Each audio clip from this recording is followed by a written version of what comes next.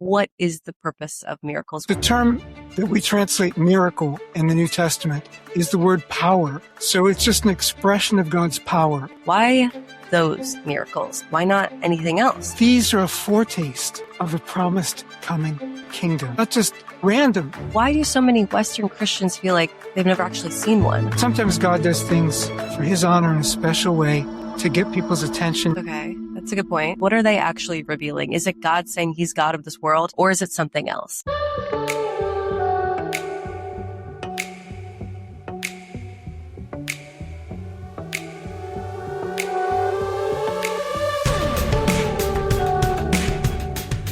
Hello. Welcome to Biblically Speaking. My name is Cassie Bellino, and I'm your host. In this podcast, we talk about the Bible in simple terms with experts, Ph.Ds, and scholarly theologians to make understanding God easier. These conversations have transformed my relationship with Christ and understanding of religion. Now, I'm sharing these recorded conversations with you. On this podcast, we talk about the facts, the history, and the translations to make the Bible make sense, so we can get to know God, our Creator, better.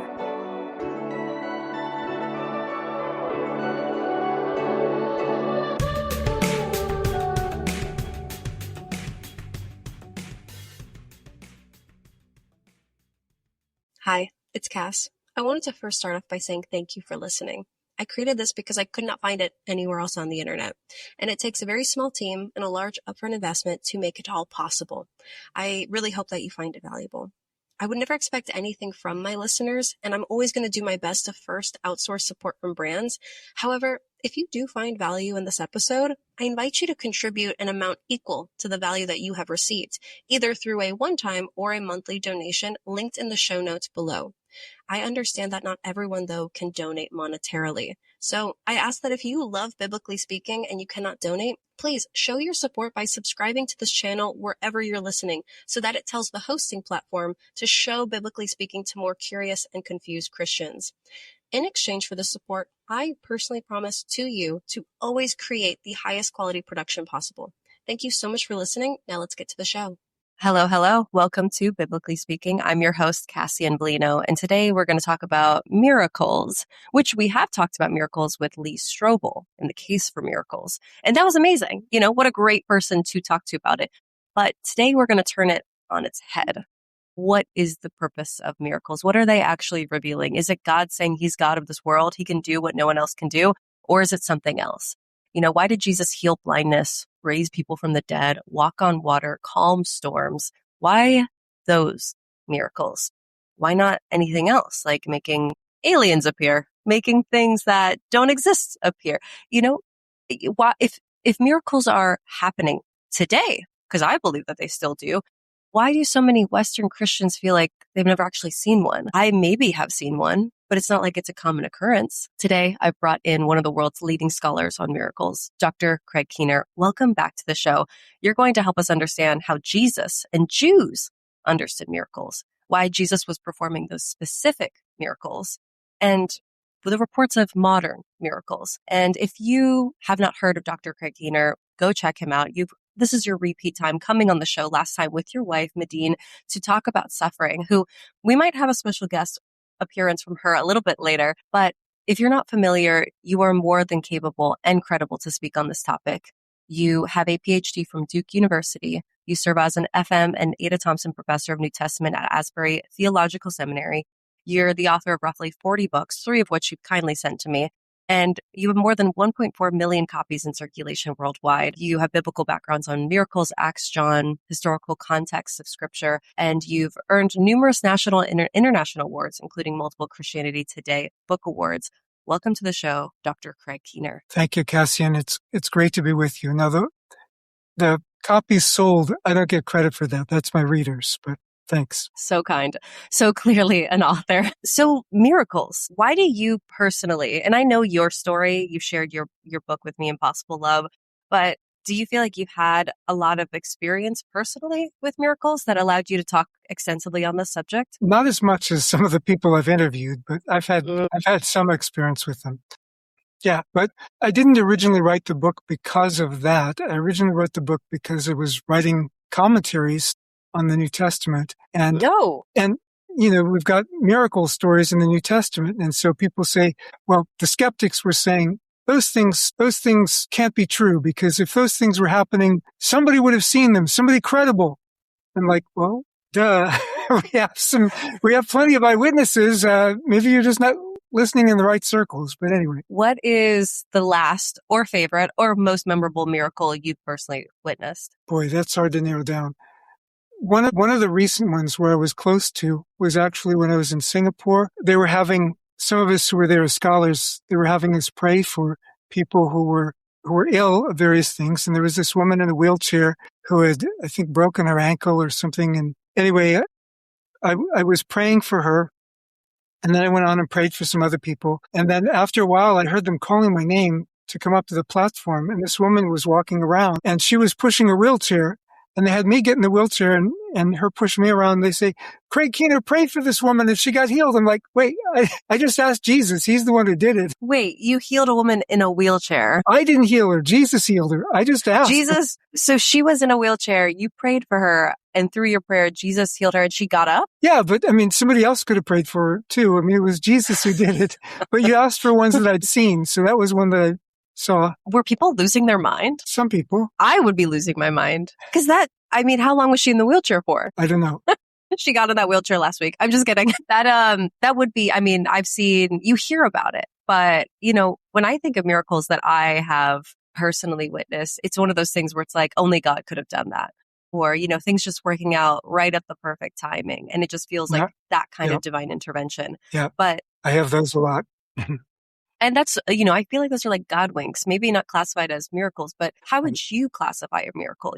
What in your simplest definition would it be? Theologians often speak of it as special divine action, which is just a way of distinguishing it from the way God works all the time. I mean, God is at work all around us. You can't get much more miraculous in a sense than our DNA. I mean, that's amazing. Right. But sometimes God does something out of the ordinary, extraordinary. So we call it special divine action. Through history, the usual definition that Christians gave to miracles were not something against nature, but something above nature. That is something different from the way God usually works, something that gets our attention and generates awe. And then a couple centuries ago, a skeptic philosopher named David Hume defined miracles as that which is a violation of natural law. And he defined natural law as that which can't be violated, and therefore said miracles can't happen, which is a way of trying to get rid of them by definition. His argument was really bad, and philosophers have been critiquing it ever since. But yeah, his main thing was we don't have any credible eyewitnesses for miracles. But then, there was a Pew Forum survey done, I think it was 2006, where hundreds of millions of people claim to have witnessed miracles. Surely you can get a credible eyewitness or two among those hundreds of millions. Yeah, I agree. And I kind of like that. It's something that defies natural law. It's something that is extraordinary. But to us, we live in 2026. So we look back and we see, the healing of the blind man, the lame walking, the walking on water. It almost feels like a magic trick. It almost feels like, something that just something beyond understanding. And that's just our definition. That's how we see it in the terms of knowing what magic is and isn't, and knowing what technology is and isn't. But when we say the word miracle, are we using the same word that maybe like a first century Jew would be saying it? No. The term that's used in the New Testament, it's often paired with signs and wonders. So I need to explain something about those. But the term that we translate miracle in the New Testament is the word power. So it's just an expression of God's power. But going with signs and wonders, signs are things that get your attention. So, God can heal somebody without it being dramatic. He can work through medicine. He can work through the natural potencies he put in our body. He can work through us getting enough sleep, which is a good idea. Through nutrition, he can work through all sorts of things. Okay, that's a good point. And it can still be a gift of healing. But when it's dramatic, that's a sign. That's something that gets people's attention. And we see those a lot in the Gospels and Acts because it's on the cutting edge of evangelism. So it's getting people's attention for the sake of the good news of the kingdom of God, the good news of God's reign. And therefore it's tied into Old Testament promises of when God would reign unchallenged. the promises of restoration. So I guess how does that translate? So when they saw like walking on water, obviously that is a sign. It's very dramatic. It's catching attention. But did like magic ever even like come up in their head, or how did they characterize something like that happen? Hi, Cass here. I have to complain about something because I haven't been completely honest with you. Yes, I love Jesus and I do love weird exegetical Bible discussions, but there's this whole other part of my life that I don't really show anybody on this channel. I live at the gym. And honestly, I don't talk about it because fitness always feels a little bit too secular. I feel like the second that Christians start talking about our bodies, it becomes about vanity. And then I met Leah and Matthew Heaton. They're the founders of Temple Keepers. They've built a fitness academy around this idea that completely changed the way I looked at fitness. My faith and my fitness were never supposed to be separate. Temple Keepers gives you workouts, recipes, trainers, and a community, but everything starts with renewing your mind and putting Jesus at the center, not yourself. So finally, I feel like I have found a way to share this huge part of my life without taking the focus off of Christ. So if you have been looking for a faith-centered trainer, a community of healthy believers, or just a way to invite Jesus into your health too, check out Temple Keepers below. Full disclosure, if you join through my link, I do receive a small commission at no additional cost to you. I mean, there were ideas of magic back then, but they weren't like normally the kind of things Jesus did. And certainly they weren't the things that Jesus normally did. Walking on water, that one, I mean, the closest thing you probably have in the Old Testament would be parting of the sea so people could walk through the sea. But also you have like in Job chapter 9, it speaks of God treading upon the waters, and it speaks of also God being with them. And I mean, it's language used for God. In God passing by is also in the same context, which is also used for God various times in the Old Testament, especially when he reveals himself to Moses. So in Mark chapter 6, where it says Jesus was about to pass them by, walking on water, that's like language that's used in the Old Testament for God. And then when you get to him saying to the disciples, they're saying, there's a ghost. And he's saying, no, it's I. In Greek, that's ego eimi, I am, which was used obviously in the Old Testament. God defines himself as I am. So, I mean, it is appropriate to say I am he that way. But in the context of walking on water, Jesus is revealing I'm the divine one. I see. So in the context of language used to describe God, that was associated with a characteristic of a God that could walk on water. Yeah. And so when Jesus walked on water, it was him saying, yeah, that is the same level that I'm at. It wasn't, I'm human doing something crazy. It's, no, I am that thing that's able to do that. Okay. It makes me, you kind of already mentioned it with, the parting of the Red Sea, but I think a lot about Moses was it Moses? Yeah. When he showed up and he was talking to Pharaoh and they started performing these like magic tricks, like the sorcerer came in and, they turned the rod into a snake and then they turned the Nile into blood. And I think like of the cartoon version, because it's a work of art, Prince of Egypt. And he's like, well, how did he turn the Nile red? And he's like, oh, that's easy. You just kind of mix these spices and then they replicate it. And so my question is like, were these miracles in the ancient world something to be expected, something that was common, something that to them was replicable and like commonplace? And so it wasn't much of a shock as it would be today, because it's not like we have that kind of thing in normal practice. The supernatural aspect wouldn't have been as much of a shock. Like people back then believed in supernatural. The question is which supernatural, or what we would call supernatural. So like you've got Pharaoh's magicians who snake magic was a big thing in Egypt. So yeah, you've got Pharaoh's magicians who can do certain things. But finally, after, by the time they get to Exodus chapter 8, they're saying, oh, this is the finger of God. They can't replicate, and certainly they can't do it to the level of the God of Israel. You've got the same thing with Elijah and the prophets of Baal.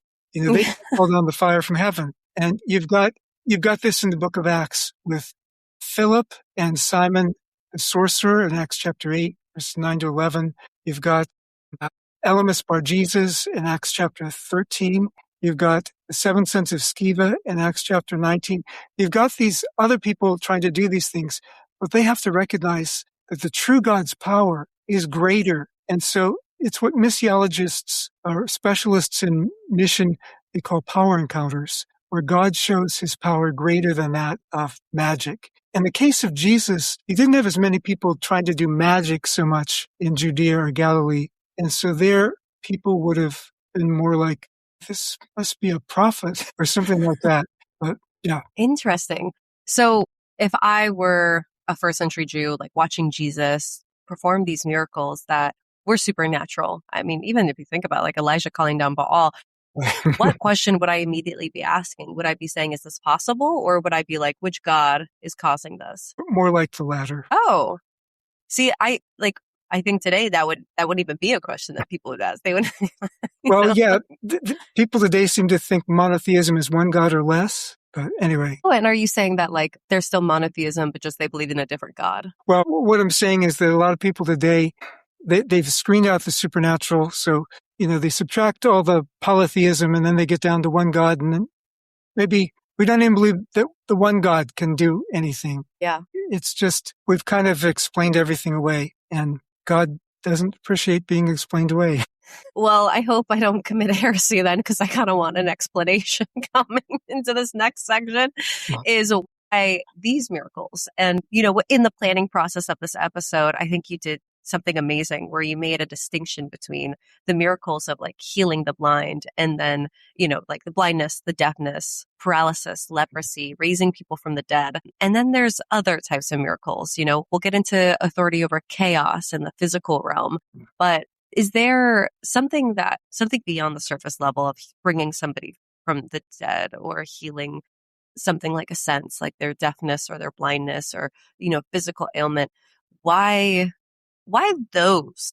Why do you think Jesus is focusing on healing those over like, he's not going around curing chickenpox. He's not going around getting rid of headaches, So why like those specifically? Like, what are we missing here?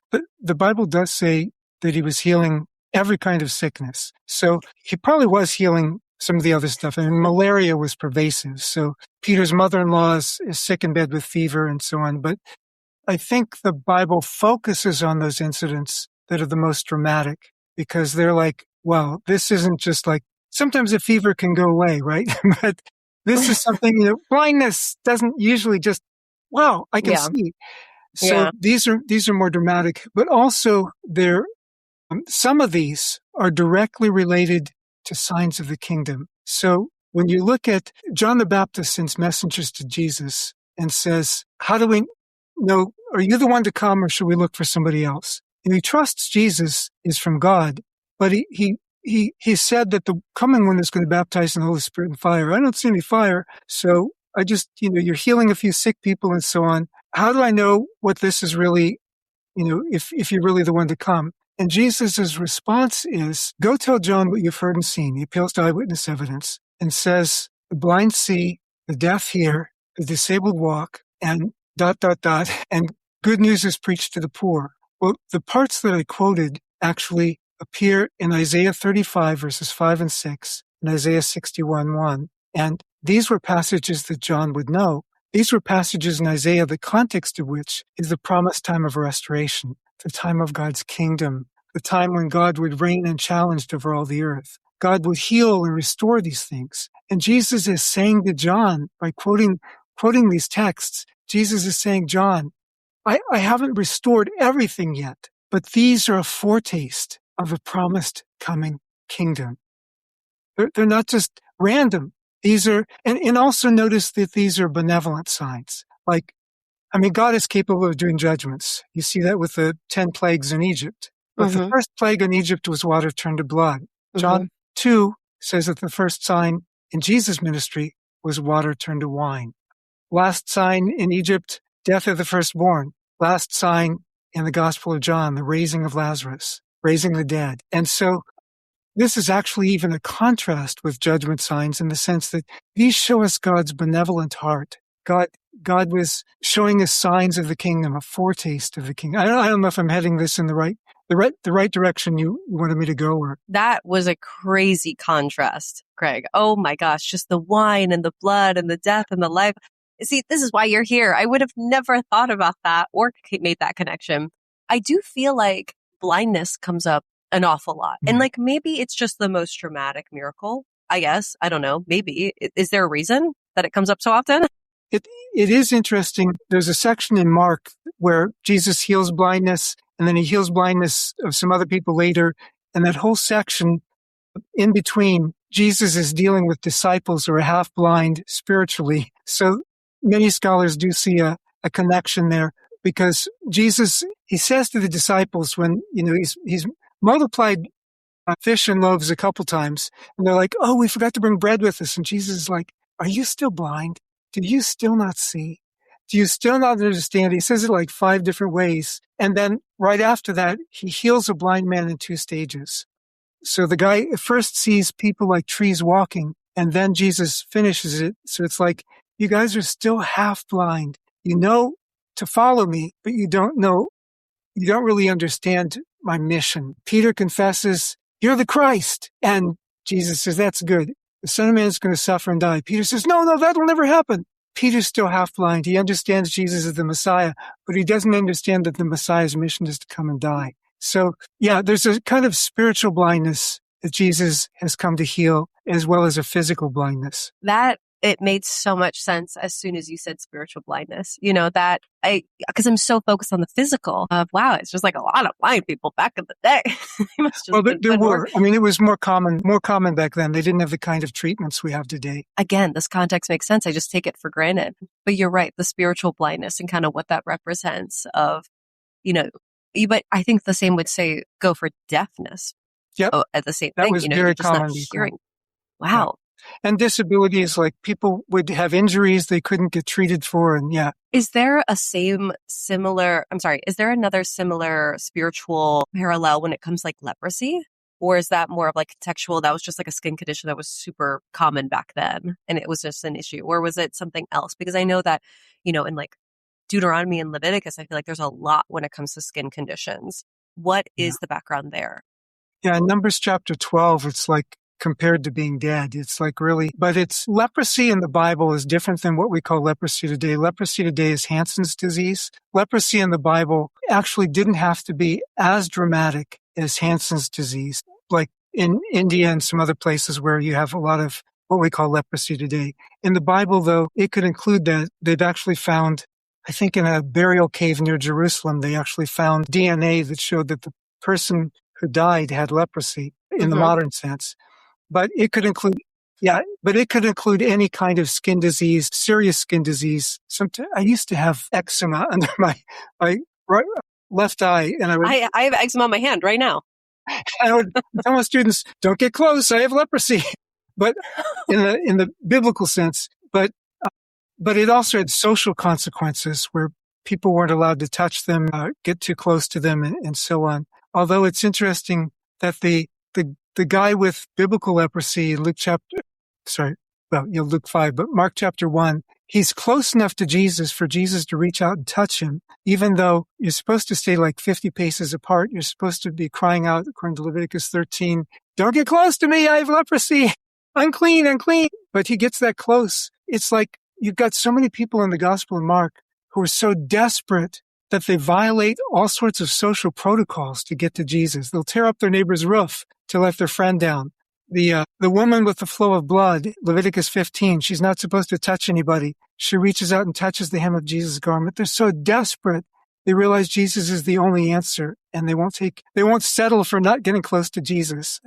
And the New Testament calls that faith. Mm-hmm. Well, I think that there's so much faith when it comes to, I would say, like the most extreme miracle is raising people from the dead. And, I think that it's a foreshadow for like what happens to Jesus. Exactly. Obviously, like spoiler alert, but when it comes to the miracles that Jesus was participating in, and we see it in the Old Testament with, Elijah and the woman's child that he raises back from the dead after laying on him. Is that all? Should we take it more than a foreshadow to Jesus's resurrection, or is there something else? Obviously, it's benefiting the people, but yeah, it is also foreshadowing Jesus' resurrection and consequently our resurrection.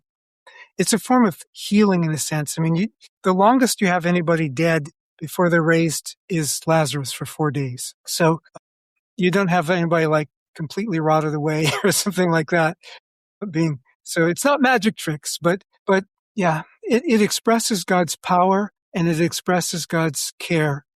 There was a Jewish prayer at that time, praising God for his power and that he's going to raise the dead. And that'll be like, even those who are completely gone, the dry bones, Ezekiel 37, 1-14. I'm digressing too much. I'm ADHD. I'm sorry. I jump all over the place, but you're helping me. You're giving me an outline. So I also have ADHD, which is why we have notes. And it's so funny. I just saw something silly online, but ADHD just stands for a diva has distractions. And so you and I, Craig, we have distractions. You keep mentioning Old Testament, and I think it is notable what Exodus shows in just how much God they experienced and how clearly God was talking to them. The manna from heaven, we'll get into more physical miracles, but how would a Jewish audience connect Jesus of the New Testament to the miracles of Exodus in the Old Testament? Yeah, even the language of signs and wonders, not exclusively, but most often in the Old Testament, that applies back to the time of the Exodus. So there's certain periods where God displays himself most dramatically in history. And you also have it with Elijah and Elisha. So a lot of Jesus' miracles evoked those of Elijah and Elisha, but also those of Moses. And that's significant because there were a lot of people who were expecting, the prophets, Hosea, Isaiah, Jeremiah, and so on. Micah, they had prophesied a new Exodus. God would lead his people through the wilderness, bring them back to the land of promise. And people were looking forward to that. Deuteronomy 18, 15 through 18, Moses said, God will raise up a prophet like me. So people were expecting a new Moses. You have that in the Dead Sea Scrolls. You have that in, the Samaritans were expecting that. You have it throughout ancient Jewish literature. And it's interesting. You have a couple people in the first century claiming to be prophets and getting people to follow them in the wilderness. One of them said he was going to make the walls of Jerusalem fall down, like Joshua did with Jericho. One of them said he was going to make the river Jordan part. So they're trying to be like a new Moses. They failed, but Jesus, like Moses, multiplied food in the wilderness. Jesus, sort of like Moses, on a mountain, glows with glory. The difference being that Moses glowed after he saw God's glory, whereas in the case of Mark 9, Matthew 17, and Luke 9, Jesus is the source of the glory. So Jesus isn't just like a new Moses. Jesus is like the God whose glory Moses saw. But you have these connections where Jesus is the one who's, in light of the Old Testament, people were expecting a new Moses. They were expecting a God to come, lead his people back to the promised land. They were expecting a Davidic Messiah. They were expecting a Danielic Son of Man, Daniel 7. But surprise, surprise, when Jesus came, we found out these were all the same person.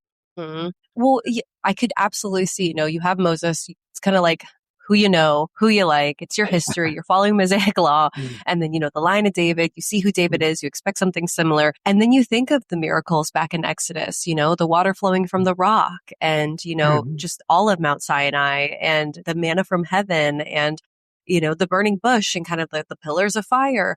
What do we miss when we compare Jesus to that? Because obviously none of that was happening in the New Testament, but there are all of these allusions to Moses when it comes to Jesus. Yeah. And do those still exist today? It feels like there was like a lot and then it got a little bit less with Jesus. And now it's like we barely see that today. Like it almost like tapers off. Or am I just blind? Do I have a spiritual blindness that I'm completely missing here? It's okay. You could say, you could be nice. No. I'll take the feedback. And different times and places, God does it differently. Yeah. But it is the tapering off. I'm not sure about. Sometimes people say it tapers off in the book of Acts, but that's because, you don't expect Paul to be doing signs and wonders when he's under house arrest. He's not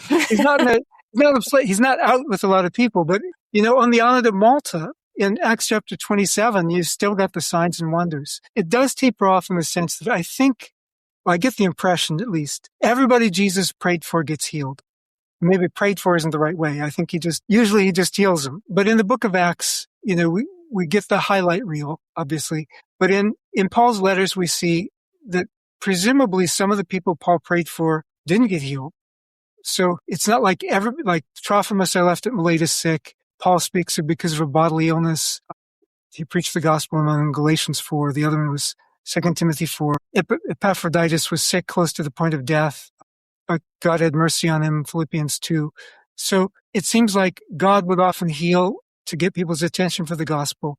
But it wasn't like necessarily always. And I think that's true today as well, that we see God still doing things for the honor of his name. I have one friend from Nigeria. When I asked him if, when I was writing my first book of miracles, I said, have you seen any? He said, well, not very many. He sent me 7 pages, but one of them was of a time when he was doing research in a village, and neighbors brought their child to him who was dead and said, you're a man of God. Can you do anything? Took the child aside for a couple hours, prayed, handed the child back to them alive. And I said, have you ever seen that before? Have you ever prayed for anybody else who was dead? I thought maybe he just prays for everybody who's dead and gets lucky once in a while. But he said, no, I've only ever once prayed for somebody who was dead before, and that was my best friend, and he didn't come back. So sometimes God does things for his honor. I mean, we have the hope of eternal life. We're set either way. But sometimes God does things for his honor in a special way to get people's attention in a special way for the gospel.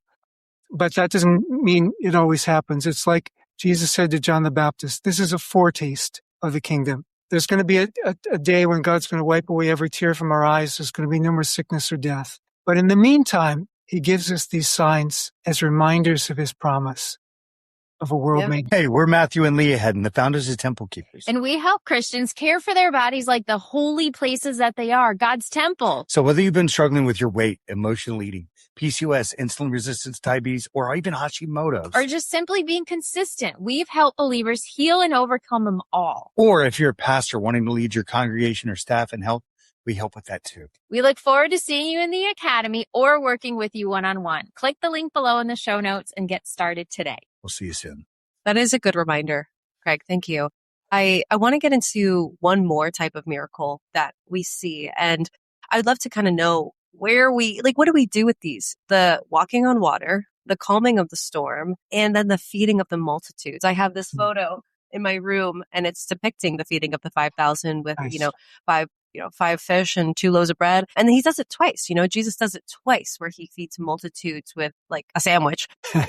Well, what do we do with that? I mean, it's authority over chaos. It's authority over the physical, kind of like what we saw in the Old Testament. What in your book was pointing towards, maybe it's not about the miracle itself. Maybe there is elements here where it's slightly possible. What would you have to say about that with your book? The nature miracles he does are mostly, I would say they're mostly in private. The feeding of the 5,000, it's not clear to the multitudes necessarily how Jesus gets the food, although in John 6, they seem to recognize it's a miracle and want to make him their king. But 6:15, I think it is. But these are really dramatic miracles. But I guess anything God heals, like if God heals our body, that's a nature miracle too, because our bodies are part of nature.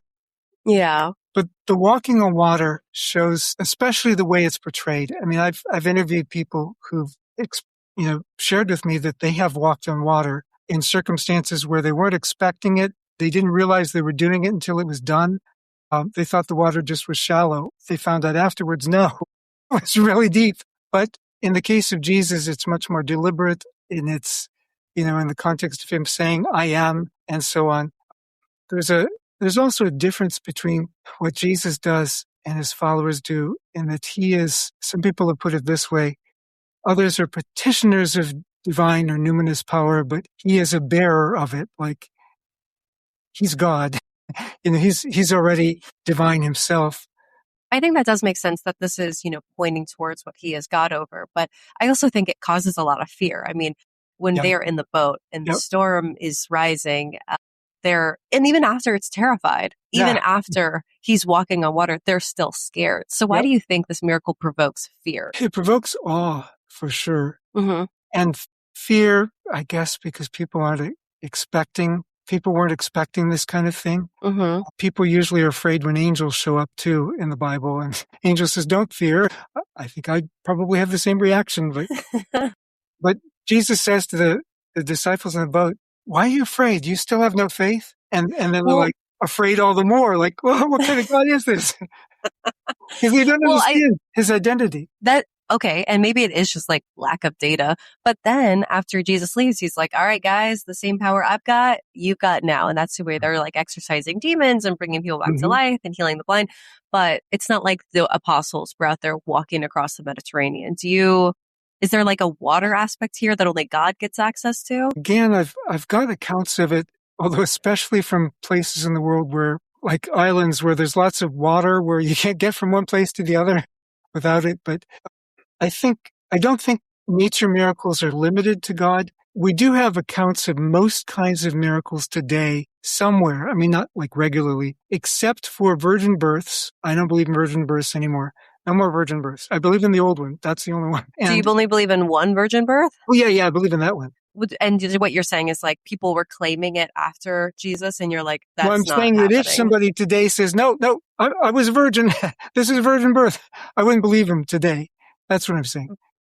Got it. So you're saying that is the one that is inaccessible that's to the only everybody. One. So I don't believe in those anymore. That one was a one-off. And like the raising of Jesus to immortality, an immortal body, like people that get raised from the dead, even in, Lazarus, Jairus' daughter, the widow of Nain's son, Quadratus, a bishop in the early 2nd century, says that some of those that Jesus raised from the dead remained alive even until our own time. And then there was a bishop of, was it Arbil, who was converted when he saw a Syrian evangelist raise somebody from the dead around the year 99. And that's how this guy became a believer and then eventually became a bishop. But those people raised from the dead eventually died again. So, those kind of things can still happen. But actually, I had a doctoral student. He's now a professor somewhere. But one of my doctoral students cried out in the midst of a serious hailstorm, God, protect us. Because, it was like starting to fly horizontally, like there were F4 tornadoes in the area. God, please stop this storm. It suddenly stopped. And I have his testimony, the testimony of 3 or 4 other people who were there, the picture of the hailstones still on the ground. And all that. And I was present when some of us prayed and the storm stopped. I have other accounts of that. So Jesus didn't pray for the storm to stop. He said, peace, be still. And that was it. Where would you put, because we've talked about, kind of like physical ailments, the spiritual and now the physical, but what about like the healing of legion and like exorcisms? Where would you put like that level of miracle of like, or would you call that a miracle, I guess? Mark chapter 9 does describe exorcism as a miracle. So, it depends on how you define it, but since miracle, the New Testament word is power, that's an act of power, an act of authority. It says Jesus gave the 12 authority over demons. And actually, Jesus could do it directly. And then to the disciples, he said, that kind comes out only by prayer. But Tertullian in the late 2nd century says to the emperor, look, why do you persecute us? We do so much good for the empire. There are prominent pagans who are grateful to us because there was somebody demonized in their family. We cast out the demon. So, if you doubt it, just bring any demonized person along and get any Christian. And if that Christian can't cast out the demon just like that, then go ahead and execute that Christian as a fake Christian.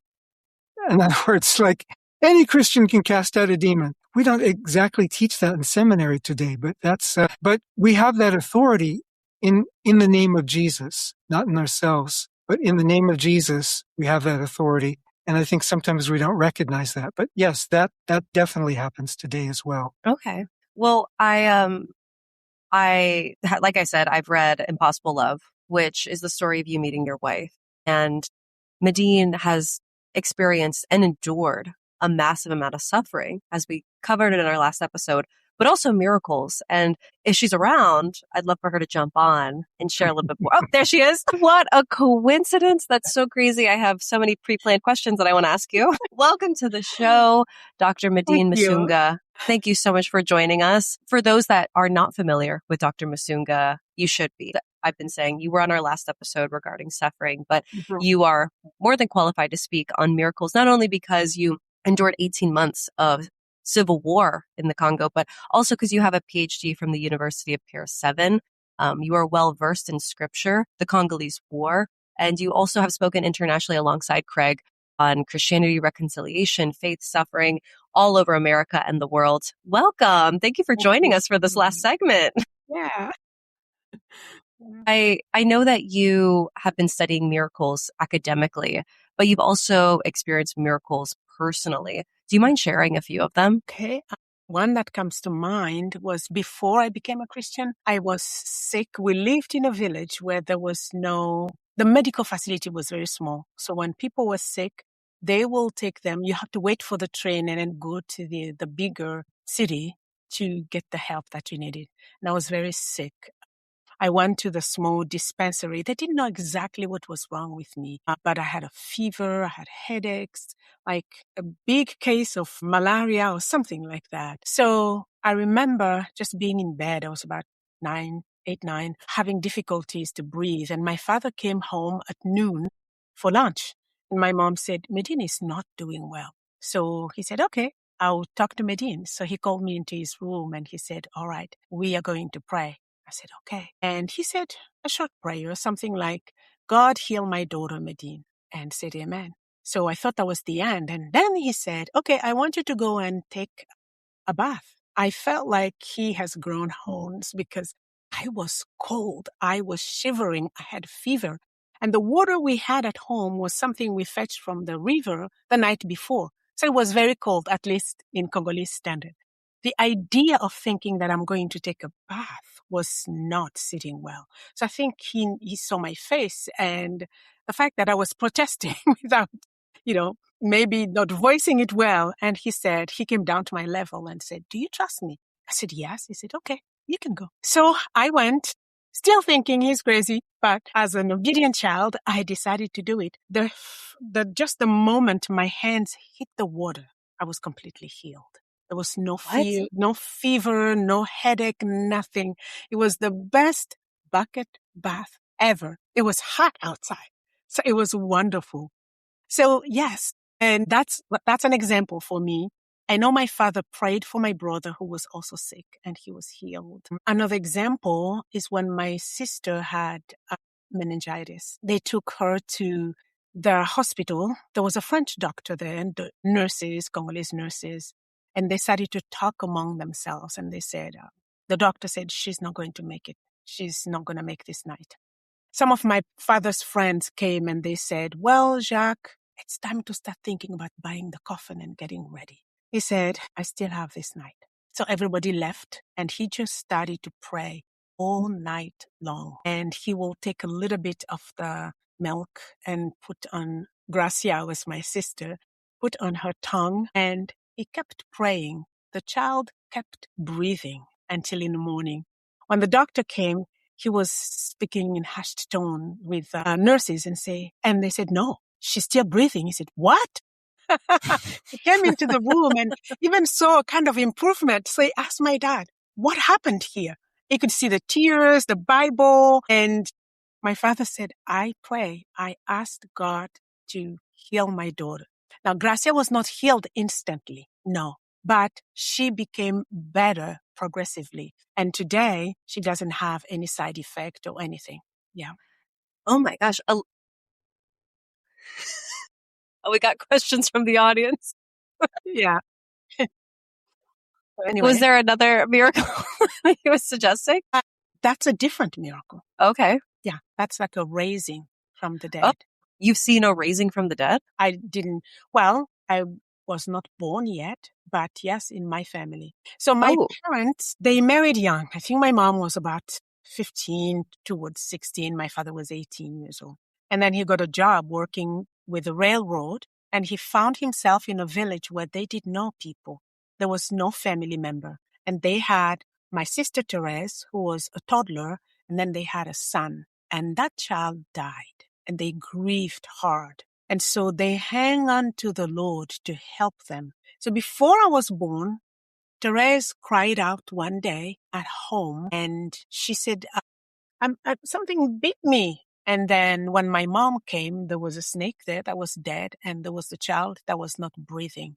And my father was working with the railroad, so he was not there and she did not know what to do. So she strapped Therese on her back and she started to run to the evangelist home. There was no bus, there was nothing. So it was more than 6 minutes, more than, 30 minutes. No, It was Your mom said it was 3 hours. Craig interviewed my mother and she said it was 3 hours. Anyway, she got to the man of God and said, well, this is what happened. And he prayed over Therese. And she started to breathe again. And so my mom reluctantly, she was reluctant. I mean, she's already gone through grief but the evangelist said, it's okay. She'll be all right. Today, Therese is a retired pastor. She still serves the people of God. She's a beautiful lady. How do you trust the healthcare system when your family just has like a direct source to the best doctor in town? Well, thank God for the healthcare. That's something we do not have in Congo. Because we do not have it, it's like, well, what do you do? I mean, we do have healthcare, but it's not as advanced as it is here. So you could go to the hospital, but you might not get the help that you need. And in some places, it's not there.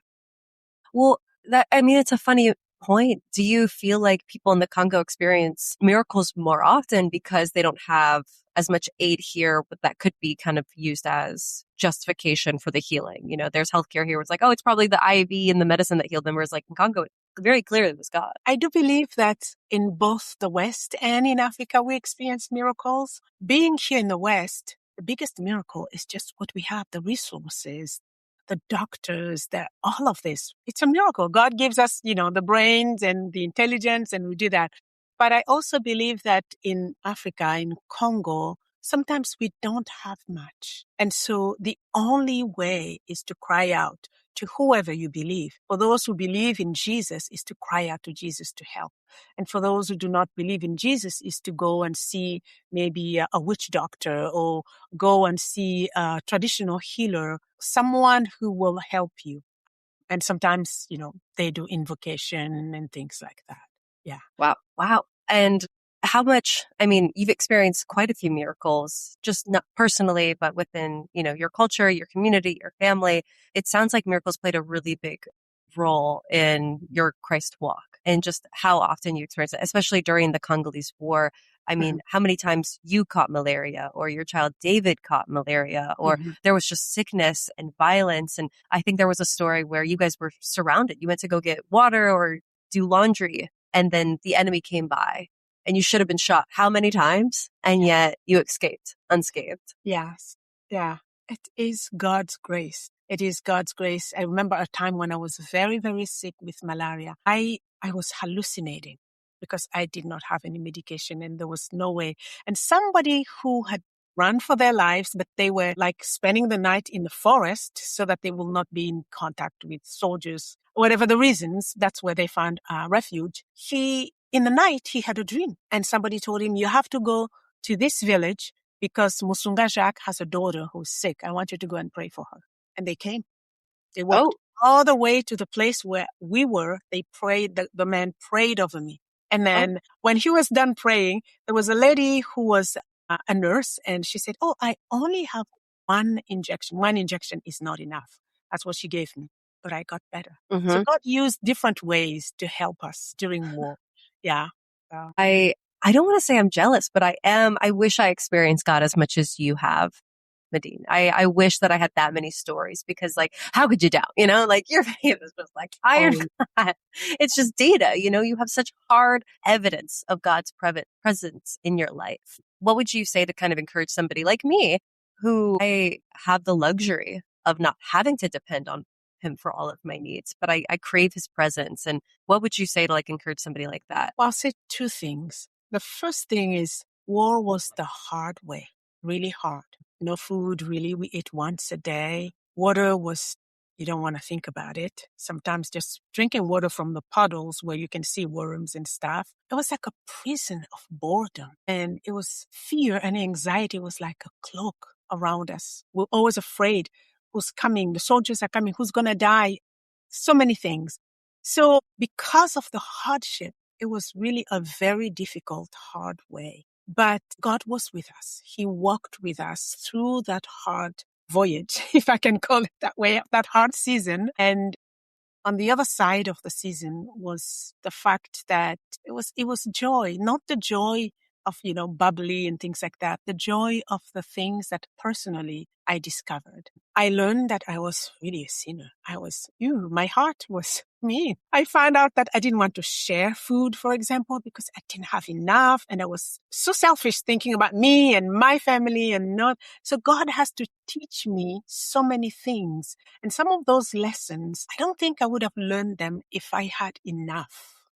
And so I had to go the hard way to learn to find some treasures there in the darkness, in the dark path. And then the other thing is miracles, for me, miracles, they are every day. When I wake up, it's a miracle. It's a new day. My feet are walking.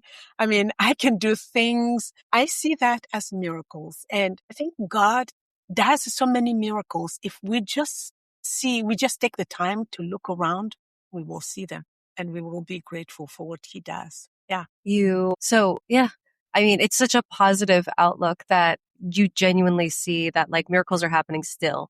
And it's up to us to take note and to thank God for them. We don't have to be in arguably the worst human experience, which would be war, to experience him. I don't think so. I mean, if you look at a child, for example, I see the beauty of who God is in just looking at the way they marvel at the little things like a butterfly is like, Meme, which means grandmother. Look at the color, look at this. And I said, oh God, please give me those eyes, the child's eyes to see what you're doing. I love gardening. So looking at, the plant coming from the ground, knowing I'm not doing much. I mean, I can water, but most of the time God is watering through the rain.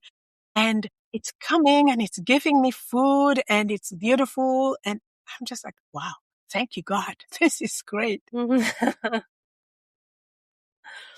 So I posed this question to you and Craig even. So Craig, you're more than welcome to come back.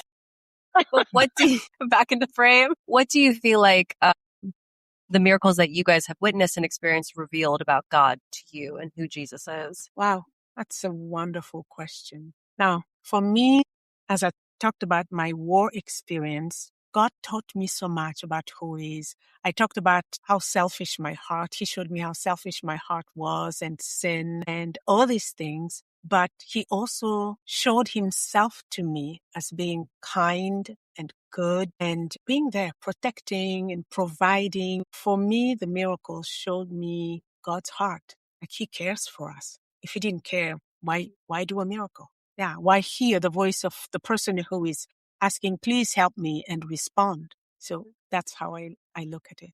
Craig, I don't know. Yeah, God shows his kindness to us. And he's the one who initiates. He's the one who reaches out to us and shows us his love, not because we deserve it, but because of who he is and because he welcomes us as his children in Christ. Yeah. I think I get so caught up in like the magic and the shock and the drama of a miracle that I overlook what you guys just said so often. So thank you for kind of bringing us back home with, this isn't about how big the miracle was. It's about the kind of God that's willing to share that much with us. I know both of you guys are traveling and I know you guys are very busy. So I'm so grateful for the time today, but is there something that you guys have coming up that maybe listeners can attend or another book that's coming out that people can read? I have a Mark commentary that's coming out in volumes, but it's mostly for scholars. But there's a book called Spiritual Gifts for Today that should be coming out fairly soon. Oh, that's wonderful. Okay. I'll keep my eye out for that. Medine, what are you up to these days? Not much. Right now, I'm looking at the revival in Congo, the outpouring.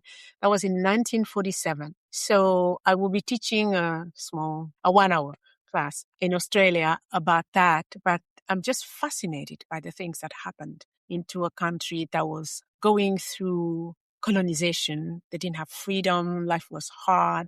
And then God showed up. And also just looking at tensions between the missionaries. Thank God for missionaries who brought us the gospel. The missionaries who brought us the gospel, and then the Congolese. And the tensions going on. Some people trying, the missionaries trying to continue to serve, and the Congolese trying to fight for independence and for it going in all different places. And God just to come and say, hey, I'm here for both of you, for both sides and so on. It's amazing. I'm just discovering and I'm excited. Yeah. That's amazing. How do I know like when this course is available? Do you guys have like a website that I can like make sure people know about? Craig, is it on your website? Medine, is it on yours? How do you guys keep track of these announcements? We'll be in Singapore and then Australia, and we'll be in a few other places. But I think Medine will publish an article on the subject. I'm hoping. And I also have a book on the reliability of the Gospels that should be coming out around October or so. Okay.